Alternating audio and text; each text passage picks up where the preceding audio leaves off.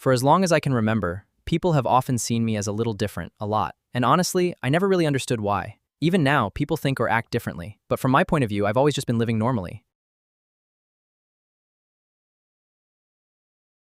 When I was a kid, my father took me to a soccer stadium. When our team scored, everyone around me suddenly stood up and cheered really loudly. The sudden noise was much too loud for me. After that, I basically stopped going to stadiums. I've always been extremely sensitive to balloons popping, even when nothing has happened yet.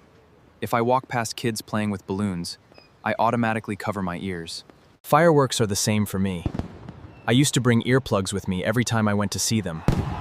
Sometimes even the earplugs weren't enough, so I would keep covering my ears the whole time. One of my clearest memories is from preparing for my school festival. Our class needed to inflate a lot of balloons for the decorations, but being around that many balloons was too difficult for me. I'm really uncomfortable around balloons, so it's not only real balloons. Even on TV, I think of what might happen, so if I know they are used, I skip that part. My family has known this since I was young, so at home, we just don't keep them anymore.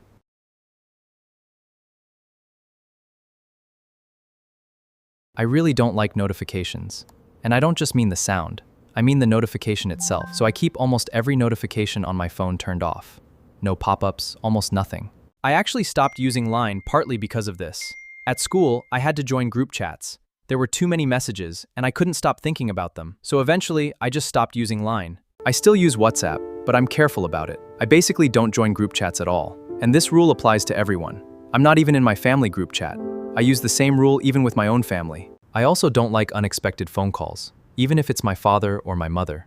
It's not because I don't want to talk to them, I just prefer to make the call myself, because then I can choose when I switch my attention. Even when I send something myself, it can become distracting. If I'm waiting for a reply, I keep wondering, did they answer yet? Once I post something, the reactions start taking my post there, so I often don't reason my ends up with 0 posts.